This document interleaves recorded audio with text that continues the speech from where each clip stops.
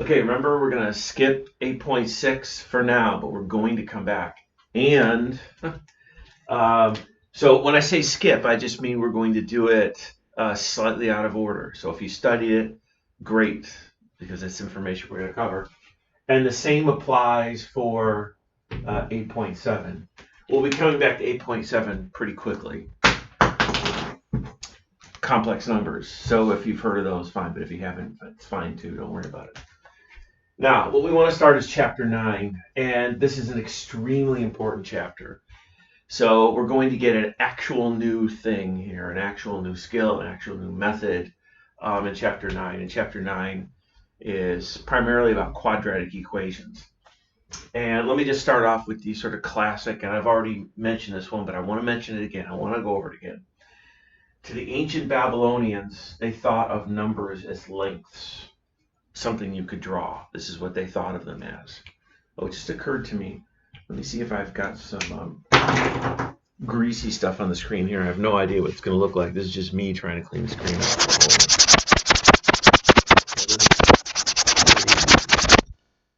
Hopefully that'll improve matters a little bit. But we shall see. Like I said, I finally have a camera on order. Took me a long time, huh? Okay, hey, to the ancient Babylonians, a number was a length. And you can certainly take a length and you can make it into a square. So let's say this is x, and then we make it into a square, so it's x by x. And that is why that this is read x squared. I mean, you don't have to know that, but I think it's kind of nice in a way. You don't have to be mystified by some of the terms of mathematics. And so if I said this to an ancient Babylonian, what I'm really asking them is, what is the square? What square has an area of 49? What square has an area of 49? And so, of course, it's 7. So x is 7, because a 7 by 7 square is an area of 49. What's another way of looking at this, maybe a more modern way? By modern, I mean, say, within the last 500 or so years, we can square root both sides. And I talked to you about the fact that the square root and the square undo each other. So I can't resist writing this down. But the square root of, let's say, anything squared is just itself. And similarly this. Square roots and squares, bam, they just undo each other instantly. Yeah, and you don't want to go back and rethink. Well, you can if you want, but you don't want to have to go back and rethink this over all the time. This you should just know as a reflex, or as a, I don't know, I hate to use the word memorize, but memorized or know it, just like you know your name. Now, what does that mean? What does all this mean? For example, it means this is a quadratic equation. Quad is 4. 4 comes from the fact that the square has 4 sides. That is a quadratic equation. Now, it's not a particularly difficult quadratic equation. In fact, it's one that we solve just by looking at it. But we're not the ancient Babylonians in the following sense. We look at this and we say x is equal to 9. How do I know that? Well, I know that 9 times 9 is 81. But this is also a solution.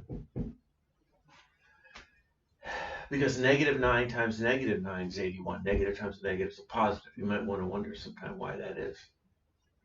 It's not just because, there's a reason for it.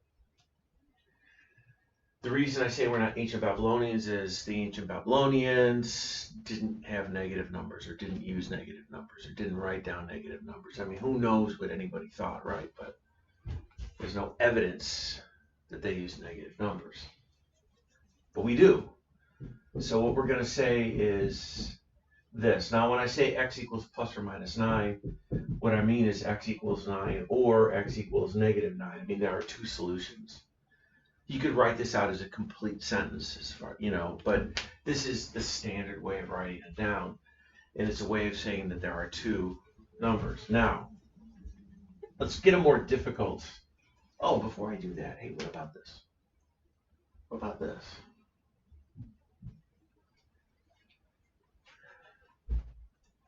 Let's square root both sides.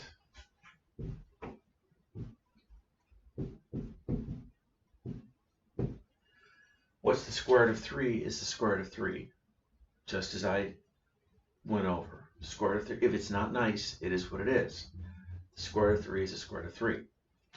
I didn't prove that the square root of a non-perfect square is what it is, but I gave you reasons to believe it's true. And I'm going to go over that again because I heard some feedback that the last video was a little blurry or fuzzy. So I'm going to redo some of that as we move along, or I'll redo the main points of that video. But I'm going to throw in this because really that's two numbers. So this is not a problem. This is not difficult. Conceptually, there's something going on there, but we already covered that. So assuming that you get the idea of the square root of 3, assuming you understand that, then this is not a problem. If you don't get what the square root of 3 is still, then this is a problem. Then this is a major problem, or it can be really, really, really confusing. Now, what if we have this? Let's say x squared minus 25 equals 0. Now, that's a different format. That's a different setup. Look at this. It's just not the same as the way I set this up a second ago. However, you may look at this and say, well, let's add 25 to both sides. And you didn't fool me. You didn't trick me. It's really the same type. You modified it ever so slightly. And x is equal to plus or minus 5. So far, no problems. Everything is good. And everything is easy. And everything feels great. And you could check your answer too. I mean, hey, go back to the original equation. Put a 5 in there. 5 squared is 25. 25 minus 25 is 0. And same thing for negative 5. So it all checks out. That's great. Now, there's an alternative way of doing this. And I wouldn't normally do it this way. Honestly, I wouldn't. But I've got my reasons why I want to do this right now. I would not normally do this. But this is a difference of squares. So if you felt like it, you could factor the left side. After all, that's a skill you acquired, and maybe you feel like using that skill that you've acquired. And then we say that if two things are multiplied by each other, equals 0, then at least one of the factors, this or this, has got to be equal to 0. One of the others got to be equal to 0. So from this we get x equals negative 5, and from this we get x equals 5. Same two answers, same two solutions that we had a second ago. Better be, right? But we got it a slightly different way. Okay. So far, quadratic equations seem not too bad. Not too bad at all, actually. Now, if we do something like this, now this is really different. Now, the ancient Babylonians, they wouldn't have written it this way, but they would have thought, yeah, I should probably show you. They would have written it this way. And they would have thought of this as the area of a square minus 3 times the length of that square is equal to 4. You might wonder why would they even think of such a question? Well, they did. And I'm not sure I know all the details. I could speculate. Why did I just erase that? There, as to why they would have written that down. But, in modern times, we would probably write it like this. And how are you going to solve this? And the way to solve this is not an obvious thing. It's just not obvious. However, you learn how to factor quadratic polynomials. It's a skill you have. So remember I said if you're not sure what to do, do something. Try something. So if you're not sure what to do here, let's try factoring the left side. Even if we have no idea, why are we doing that? Or how will that help us? It's better than doing nothing. So you think about it for a while. Maybe it takes you a second. Maybe it takes you 5 minutes. I don't know. Factoring is time dependent in the sense that it's trial and error, or it can fluctuate widely over time. Look, it takes depends how good you are at factoring. If you're good, you get this factored really quickly. If not, you may have to struggle a little bit, but it's still just trial and error as we discussed. So here we get x minus 4 equals 0, or x plus 1 equals 0. So x equals 4, or x equals negative 1. And you can check the answers out. You know, if I put a 4 in here, that's 16 minus 12 is 4. 4 minus 4 is 0. Fine, it checks out. You don't need to check it out. I don't normally, but you can if you want to. And same thing for negative 1. Negative 1 squared is 1. Put a negative 1 in there, and it gives you 4. Minus 4 is 0. So fine. So look, everything quadratic equation-wise looks great. Looks easy. Until the ancient Babylonians, in around 1700 BC, they come up with the following problem, the following question. This is a very, very famous question. And the question is this. I'm thinking of a square. And the area plus the length of one side is equal to 1. I don't want to get into units. There's some, it's a little bit odd in a sense if you think about it, because the units here would be squared units and here they wouldn't be. So this could be meters squared and meters, but brush that aside for right now. This is the question the ancient Babylonians had. What is the size of the square? A modern way of putting this would be to write an x here and an x here. Area is x squared plus the length is equal to 1. This equation right here, one of the most important equations in all mathematics for what it, for sort of the ripple effects, or for all the things that it caused to happen, is this one equation, this one right here.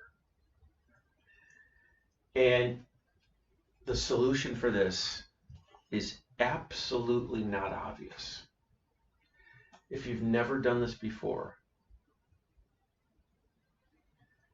there's almost no way you would just answer it right away. I'm not saying that couldn't be done, but I find it almost impossible to imagine that anybody would see that equation and just know how to solve it. I find that almost impossible to believe. Maybe, but I find it almost impossible. And the Babylonians did not figure out how to solve it right away. By their own records, it took years. Not days, not weeks, not months. Years until they figured out how to solve this. Now, once you know, you know. So if you already know, in a way, like no fair. And I'm tempted to say that you should try to solve this on your own. This only applies if you haven't seen it before. Again, if you've seen it before, no fair, you already know. It's like finding a buried treasure. If I said, hey, in San Diego County somewhere, there's a pot of gold. It's buried. And I didn't tell you where. Well, you might find it, but I wouldn't think you're going to find it right away. This might take years and years and years of searching around. Now, once you find it, you got it. Or if someone gave you a map and told you this is exactly where it is, fine. Now, this is usually where I tell the chocolate cake story. And I'm going to go ahead and tell the chocolate cake story. And this chocolate cake story absolutely relates to the solving of this equation. And you probably won't see the connection at first. Many, many, many years ago, when I was in my doctoral program, I think a professor in the math and computer science department invited a bunch of graduate students over for dinner. So we had dinner, drinks, appetizer, dinner, all that stuff. Fine, it was great. And then dessert was served. It was chocolate cake. It was so delicious. Off the charts. I mean, you took one bite and it was just ecstasy. That was chocolate cake. And I don't mean the frosting. I mean, the frosting might have been good. I don't really remember. I mean the cake part. It was moist and sweet. Absolutely delicious. I mean, I'm talking about the best cake ever. This is fantastic. And the professor and his wife started laughing, or whatever, they found it all amusing, and they told us that there was a secret ingredient in the cake that made it so good. Secret ingredient. They wanted us to guess what it was. So it was moist, it was sweet. So I don't know, someone probably guessed applesauce, or I don't know, bananas. I don't really know all the guesses, but none of them were right. None of the guesses were right. So you might guess right now. Come on, think. Try to picture you eating this delicious, best chocolate cake you ever had in your whole life. And someone tells you there's a secret ingredient. What's the secret ingredient? So you can even pause the video if you want. No fair Googling this, because it turns out that the secret ingredient was not their invention. It was known prior to this time. And it turns out the secret ingredient is, drum roll please, sauerkraut. Yeah, sauerkraut, the same stuff you put on your hot dog. Now, what's interesting about this? Number one, how would have anyone thought to put sauerkraut in a chocolate cake? Who would have thought of that? Could have been by accident. I don't know. A pot of sauerkraut fell off into the cake batter, and the baker had nothing else to make a cake, so what the heck, they made it, and it turned out to be delicious. It could have been they systematically tried every ingredient known to man, and I don't know, sauerkraut worked. Amazing. Who knows? I don't know how they came up with sauerkraut. Well, I'm going to show you how the ancient Babylonians solved this. And your question really should be, how did they think to do that? Okay, I see what you did. But how did you think to do that? Well, I don't know how the ancient Babylonians thought to do this. We have some ideas, we have some speculations, but they didn't write down a detailed description of how we came to this conclusion. So in the way that sauerkraut, it is not obvious to add sauerkraut, and I don't really know how they came to add sauerkraut. But once you know, it's easy. Anybody can do it. Follow a recipe. I've never made a cake in my life, but suppose it said like, I don't know, 2 cups of flour, half a cup of sugar. I don't really know what goes on a chocolate cake. Bar chocolate. But when the recipe said add a cup of sauerkraut, you might hesitate. Even though it's easy to do. Anybody can do it. Add a cup of sauerkraut. There's nothing to it. You can do that. That's easy to do, but you might hesitate. You might freeze, and you might not even do it. And when I get to what I call step 3 is easy to do. It's very easy, but it is weird. And because it's weird, people don't want to do it. Okay, so now I'll show you the gift of the Babylonians. The gift of the Babylonians. And this procedure has a name, and it's called completing the square.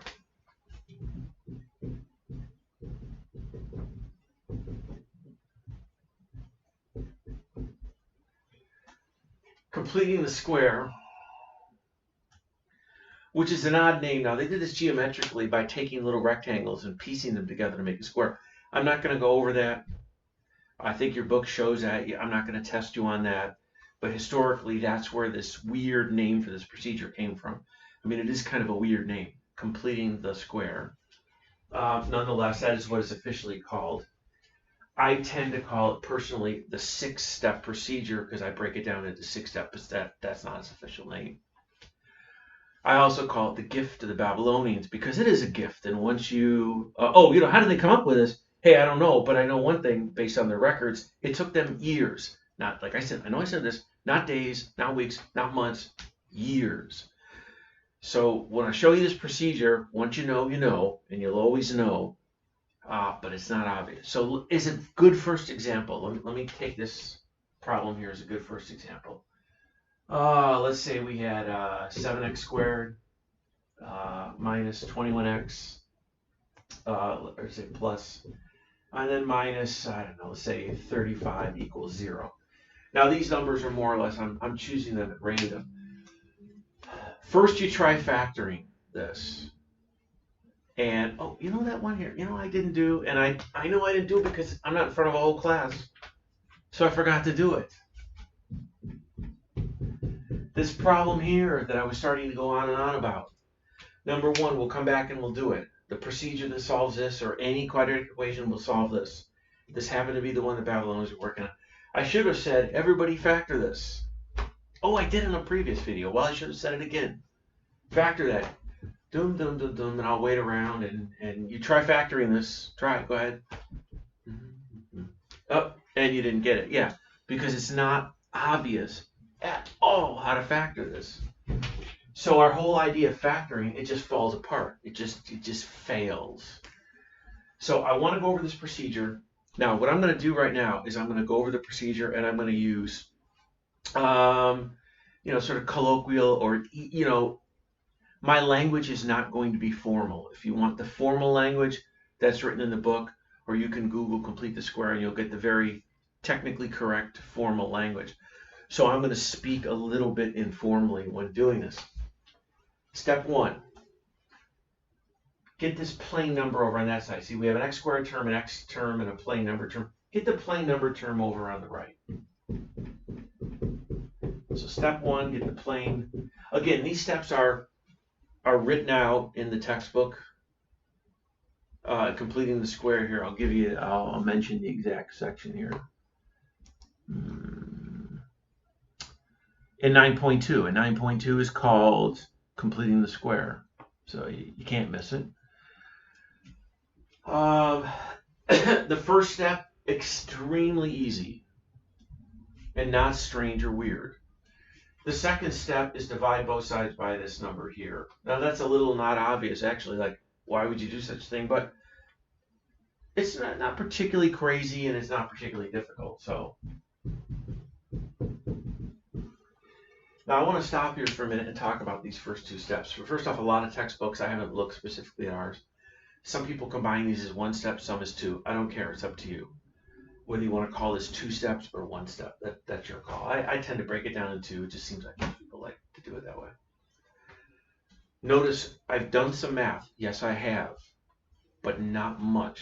If you feel the urge to reach for a calculator on the first two steps, you've done something wrong. These first two steps are fairly straightforward and fairly easy. You shouldn't feel any inclination to, where's a calculator? And they're not strange. Now here's step number three. Step number three is very easy, but it is very weird. This is very strange. Again, if you've done this before, you already know this, no fair. You have to pretend you've never done this before. If you've never done this before, there's virtually no way you would know what to do next. You would just be stuck and you would say, I give up. And that would be reasonable to say, honestly. Because again, whatever the next step is, took the Babylonians years to think to do it. So what we're going to do is we're going to add the magic number to both sides. That's not really magic, and it doesn't really have a name. I don't know. I call it the magic number because it seems to come out of nowhere, like a rabbit out of a hat. But for this particular case, the magic number is 9/4. Now again, if you haven't done this before, whoa, what's that? What do you mean 9? Where'd that come from? What? First off, yes, it is weird and strange. I said that many times, and I'll probably say it again. And it does seem to come from nowhere. However, notice what I've just done. I've added a number to both sides. I just wanted to make sure I added the right number to both sides. I've added a number to both sides. And that's allowable. I'm allowed to do that. Another question you might have, so one question is, where'd that come from? I haven't told you yet. I'm going to in a minute. Number two is it always going to be 9/4? Nope, it's pretty much going to be different for every problem. But let's continue on. Step 4 is you factor those three.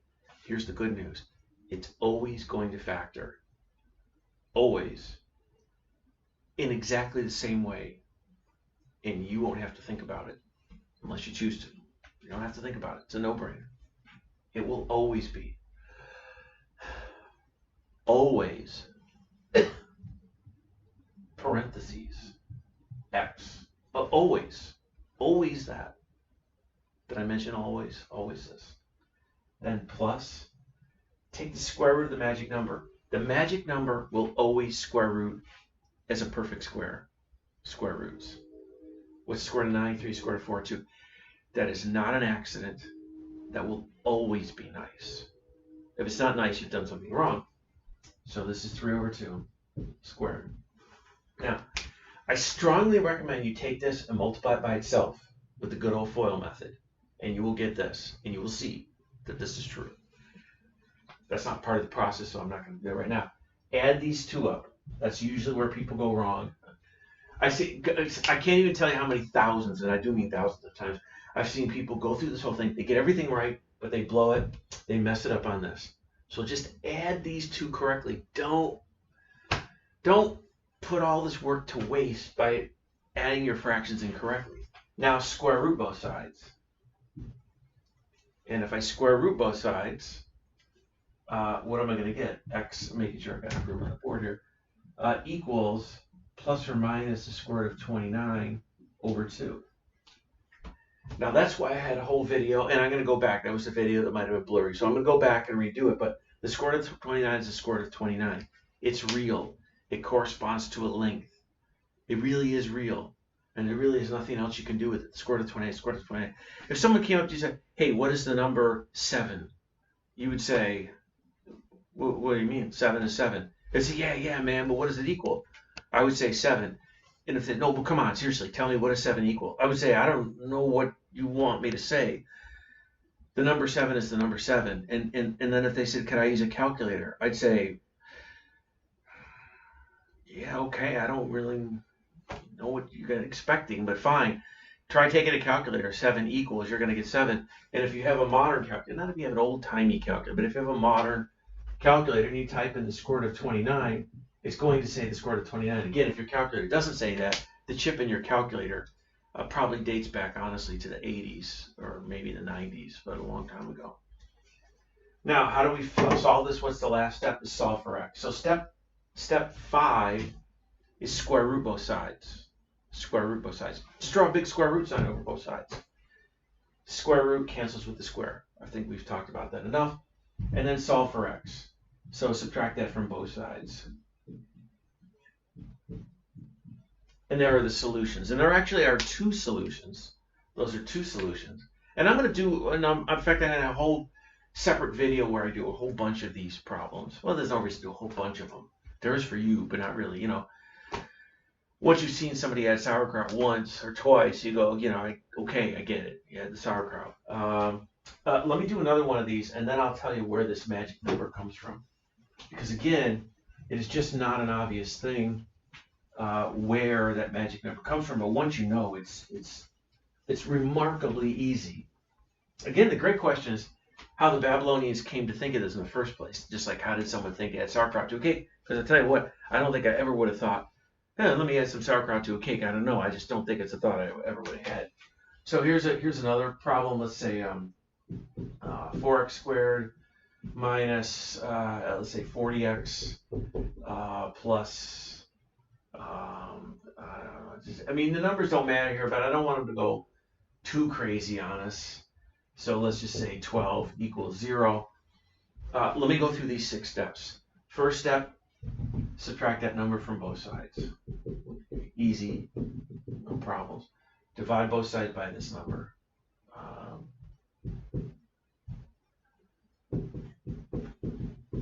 We get that. Now we want to add the magic number to both sides. Now the magic number for this particular problem.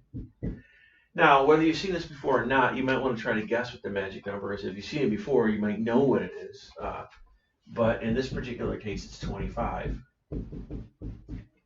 And let's factor this side. It factors. It's a no-brainer. Look, it's always x.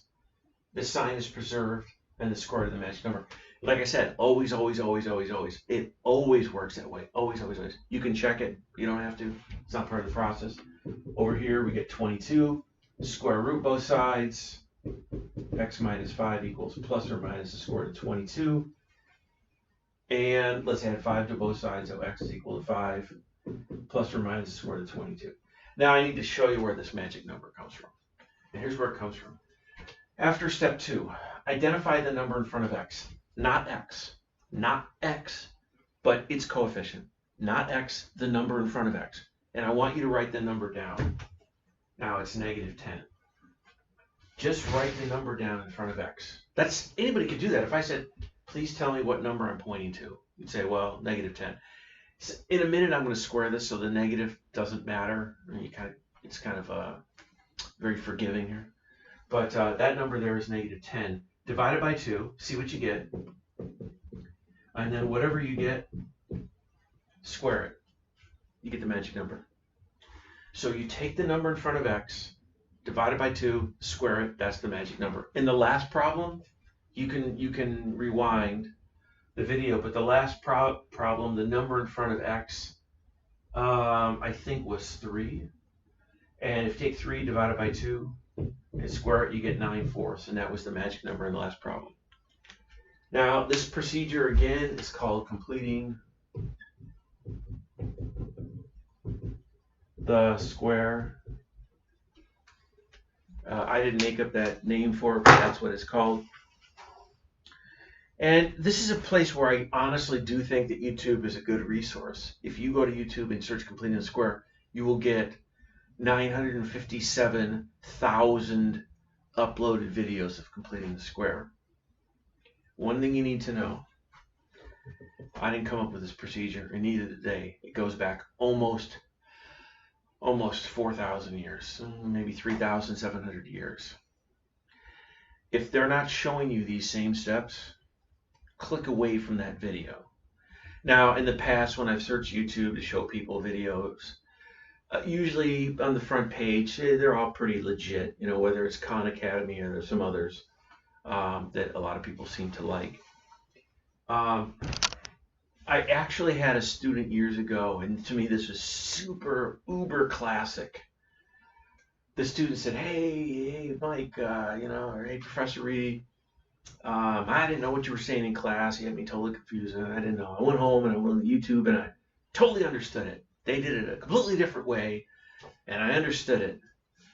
And I said, oh, that's great. It's fantastic. Hey, let's watch that video in class. So we watched it. And the person on the video, the first thing they did is they got this number on that side. And I paused the video and I said, hey, that's what I did. And they went, oh, yeah, that is what you did. Okay, yeah. And then divided both sides by this. And I said, well, that's what I did. And the student said, oh yeah, that is what you did. And then we did the magic number business. Take this, divide by 2, square it, add to both sides. And the student said, oh yeah, that is what you did. Oh yeah. Then square both sides. That's what I did. And then add 5 to both sides. That's what I did. In other words, what they did on the video was exactly the same as what I did, because this has been around for almost 4,000 years. It hasn't changed. Maybe some of the symbols we use has changed a little bit. People may have a different rhetorical style of speaking about it, but the math itself hasn't changed for almost 4,000 years. So whether it's me showing you an example, or your textbook, or a YouTube video, or a friend, or a buddy, or a family member, or a tutor, it's completing the square. Gift to the Babylonians. Okay? So next video, I'm going to do some more examples of this, because there are some more details and some important ones. But this is a good start. Looks like this video is about half an hour long anyway, so it's long enough for one video. And so on the next video, I'm going to do some more examples of this. And I'm going to go back and I'm going to talk again, because the video might have been a little blurry, about the square root of 22. Or in the last example, maybe we had the square root of 5. I can't remember. Remember, those are real numbers. They don't go on forever. They're nice, real, fixed numbers. And so I'll go back and rediscuss those. All right.